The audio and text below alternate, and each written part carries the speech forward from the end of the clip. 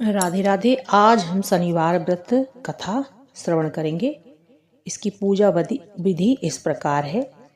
इस देव शनि देव की पूजा होती है। काला तिल, काला वस्त्र, तेल उड़द शनि देव को अति प्रिय है, इसलिए इनके द्वारा शनि देव की पूजा की जाती है। और शनि स्त्रोत का पाठ भी विशेष लाभदायक सिद्ध होता है। व्रत कथा अब हम श्रवण करेंगे। एक समय सूर्य, चंद्रमा, मंगल, बुध, बृहस्पति, शुक्र, शनि, राहु और केतु इन सब ग्रहों में आपस में विवाद हो गया कि हम में सबसे बड़ा कौन है। सब अपने आप को बड़ा कहते थे। जब आपस में कोई निश्चय न हो सका तो सब आपस में झगड़ते हुए देवराज इंद्र के पास गए और कहने लगे कि आप सब देवताओं के राजा हैं, इसलिए आप हमारा न्याय करके बतलाएं कि हम नवों ग्रहों में कौन सबसे बड़ा ग्रह है। देवराज इंद्र देवताओं का प्रश्न सुनकर घबरा गए और कहने लगे कि मुझ में यह सामर्थ्य नहीं है कि मैं किसी को बड़ा या छोटा बतला सकूं। मैं अपने मुख से कुछ नहीं कह सकता। हाँ, एक उपाय है, हो सकता है। इस समय पृथ्वी पर राजा विक्रमादित्य दूसरों के दुखों का निवारण करने वाले हैं, इसलिए आप सब मिलकर उन्हीं के पास जाएं। वही आपके विवाद का निवारण करेंगे। सभी ग्रह देवता देवलोक से चलकर भूलोक में जाकर राजा विक्रमादित्य की सभा में उपस्थित हुए और अपना प्रश्न राजा के सामने रखा। राजा विक्रमादित्य ग्रहों की बात सुनकर गहरी चिंता में पड़ गए कि मैं अपने मुख से किसको बड़ा और किसको छोटा बतलाऊंगा। जिसको छोटा बतलाऊंगा वही क्रोध करेगा। उनका झगड़ा निपटाने के लिए उन्होंने एक उपाय सोचा और सोना, चांदी, कांसा, पीतल, सीसा, रांगा, जस्ता, अभ्रक और लोहा 9 धातुओं के 9 आसन बनवाए। सब आसनों को कम से कम जैसे सोना सबसे पहले और लोहा सबसे पीछे बिछाया गया। इसके पश्चात राजा ने सब ग्रहों से कहा कि आप सब अपना अपना आसन ग्रहण करें। जिसका आसन सबसे आगे वह सबसे बड़ा और जिसका सबसे पीछे वह सबसे छोटा जानिए। क्योंकि लोहा सबसे पीछे था और शनिदेव का शासन था, इसलिए शनिदेव ने समझ लिया कि राजा ने मुझको सबसे छोटा बना दिया है। इस निर्णय पर शनिदेव को बहुत क्रोध आया। उन्होंने कहा, राजा, तू मुझे नहीं जानता। सूर्य एक राशि पर 1 महीना, चंद्रमा 2.25 महीना 2 दिन, मंगल 1.5 महीना, बृहस्पति 13 महीने, बुध और शुक्र 1-1 महीने विचरण करते हैं, परंतु मैं एक राशि पर 2.5 वर्ष से लेकर 7.5 वर्ष तक रहता हूँ। बड़े बड़े देवताओं को भी मैंने भीषण दुख दिया है। राजन सुनो, श्री रामचंद्र जी को 7.5 आई और उन्हें वनवास हो गया।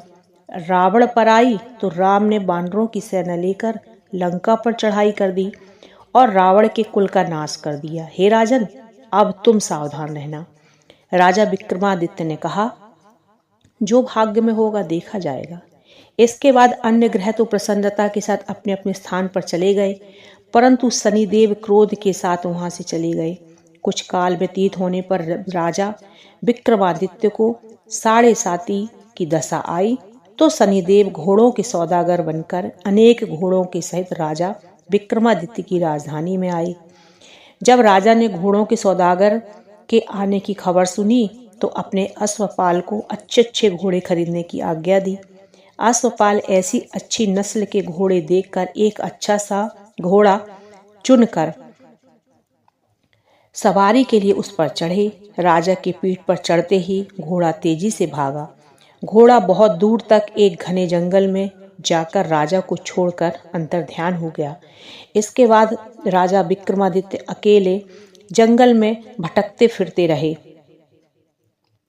उन्होंने एक भूख प्यास से दुखी राजा ने भटकते भटकते एक ग्वाले को देखा। ग्वाले ने राजा को प्यास से व्याकुल देखकर पानी पिलाया। राजा की अंगुली में एक अंगूठी थी। वह अंगूठी उसने निकालकर प्रसन्नता के साथ ग्वाले को दे दी और स्वयं शहर की ओर चल दिया। राजा शहर में पहुंचकर एक सेठ की दुकान पर जाकर बैठ गया और अपने आप को उज्जैन का रहने वाला तथा अपना नाम बीका बतलाया। सेठ ने उसको एक कुलीन मनुष्य समझकर जल आदि पिलाया। भाग्यवश उस दिन सेठ की दुकान पर बहुत अधिक बिक्री हुई। तब सेठ उसको भाग्यवान पुरुष समझकर भोजन के लिए अपने साथ घर ले गया। भोजन करते समय राजा विक्रमादित्य ने आश्चर्यजनक घटना देखी। जिस खूंटी पर हार लटक रहा था वह खूंटी उस हार को निगल रही थी। भोजन के पश्चात जब सेठ कमरे में आया तो उसे कमरे में हार नहीं मिला। उसने सोचा कि निश्चय बीका के अलावा कोई इस कमरे में नहीं आया, अतः अवश्य ही उसी ने हार चोरी किया है। परंतु बीका ने हार लेने का इनकार कर दिया। इस पर 5-7 आदमी उसको पकड़कर नगर कोतवाल के पास ले गए। फौजदार ने उसको राजा के सामने उपस्थित कर दिया और कहा, यह आदमी भला प्रतीत होता है, चोर मालूम नहीं होता, परंतु सेठ का कहना है कि इसके सिवाय घर में कोई नहीं आया, इसलिए अवश्य ही चोरी इसने ही की है। राजा ने आज्ञा दी कि इसके हाथ पैर काटकर चौरंगिया किया जाए। तुरंत राजा की आज्ञा का पालन किया गया और बीका के हाथ पैर काट दिए गए। कुछ काल व्यतीत होने पर एक तेली उसको अपने घर ले गया और उसको कोल्हू पर बिठा दिया। बीका उस पर बैठा हुआ अपनी जवान से बैल हाँकता रहा। इस काल में राजा की शनि की दशा समाप्त हो गई। वर्षा ऋतु के समय वह मल्हार राग गाने लगा। यह राग सुनकर शहर के राजा की कन्या मन भावनी उस राग पर मोहित हो गई। राजकन्या ने राग गाने वाले की खबर लाने के लिए अपनी दासी को भेजा।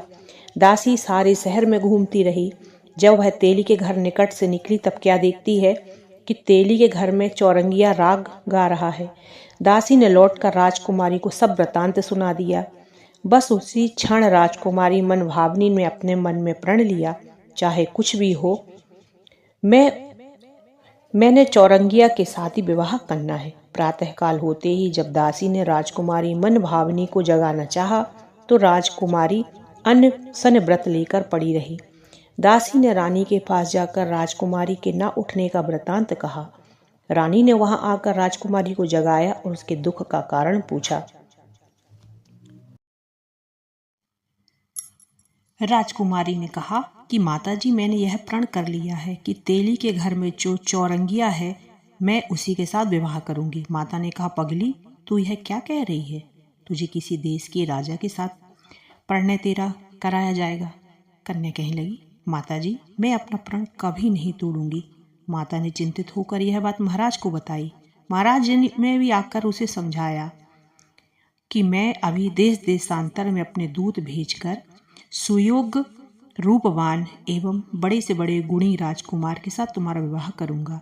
ऐसी बात तुम्हें कभी नहीं विचारनी चाहिए। परंतु राजकुमारी ने कहा, पिताजी, मैं अपने प्राण त्याग दूंगी परंतु किसी दूसरे से विवाह नहीं करूंगी। यह सुनकर राजा ने क्रोध से कहा, यदि तेरे भाग्य में ऐसे ही लिखा है तो तेरी जैसी इच्छा है वैसा ही कर।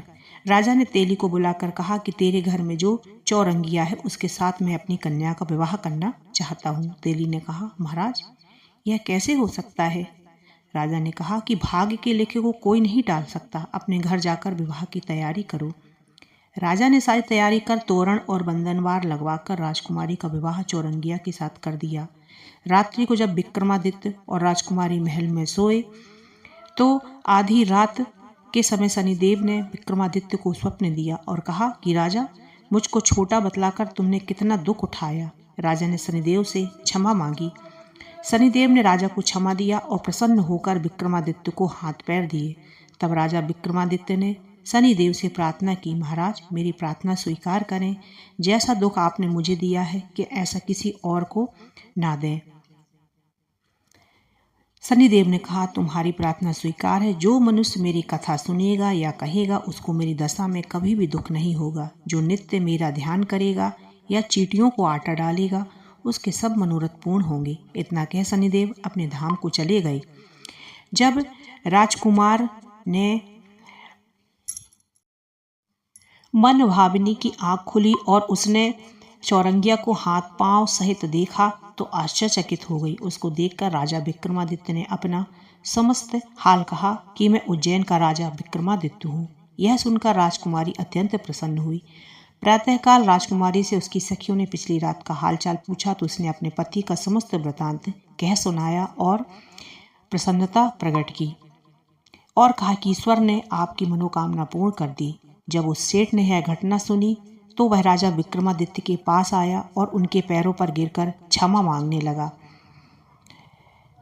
आप पर मैंने चोरी का झूठा दोष लगाया है, आप जो चाहे मुझे दंड दें। राजा ने कहा, मुझ पर शनिदेव का कोप था, इस कारण यह सब दुख मुझको प्राप्त हुए, इसमें तुम्हारा कोई दोष नहीं है। तुम अपने घर जाकर अपना कार्य करो, तुम्हारा कोई अपराध नहीं। सेठ बोला, महाराज मुझे तभी शांति मिलेगी जब आप मेरे घर चलकर प्रीतिपूर्वक भोजन करेंगे।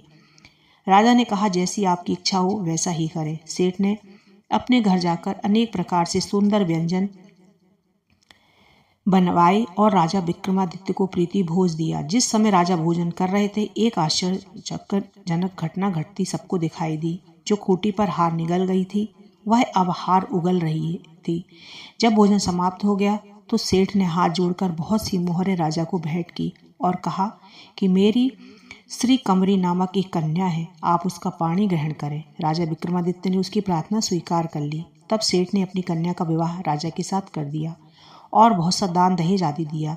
कुछ दिन तक उस राज्य में निवास करने के पश्चात राजा विक्रमादित्य ने अपने ससुर राजा से कहा कि अब मेरी उज्जैन जाने की इच्छा है। कुछ दिन बाद विदा लेकर राजकुमारी मनभावनी सेठ की कन्या तथा दोनों जगह से मिला दहेज में प्राप्त अनेक दास दासी रथ और पालकियों सहित राजा विक्रमादित्य उज्जैन की तरफ चले। जब वे शहर के निकट पहुंचे और पूर्ववासियों ने राजा को आने का संवाद सुना तो उज्जैन की समस्त प्रजा अगवानी के लिए आई। प्रसन्नता से राजा महल में पधारे। सारे नगर में भारी उत्सव मनाया गया और रात्रि को दीपमाला की गई। दूसरे दिन राजा ने अपने पूरे राज्य में यह घोषणा करवाई कि शनि देवता अब ग्रहों में सर्वोपरि हैं। मैंने इनको छोटा बतलाया, इससे मुझको यह दुख प्राप्त हुआ। इस प्रकार सारे राज्य में सदा शनिदेव की पूजा और कथा होने लगी। राजा और प्रजा अनेक प्रकार के सुख भोगती रही। जो कोई शनिदेव की इस कथा को पढ़ता या सुनता है, शनिदेव की कृपा से उसके सब दुख दूर हो जाते हैं। दूसरे दिन राजा ने अपने पूरे राज्य में यह घोषणा करवाई कि शनि देवता सब ग्रहों में सर्वोपरि है। सदा शनिदेव की पूजा और कथा होने लगी उस राज्य में। राजा और प्रजा अनेक प्रकार से सुख भोगने लगे। जो कोई शनिदेव की इस कथा को पढ़ता या सुनता है, शनिदेव की कृपा से उसके सब दुख दूर हो जाते हैं। व्रत के दिन शनिदेव की कथा को अवश्य पढ़ना चाहिए। बोलो शनिदेव की जय। बोलो राधे राधे।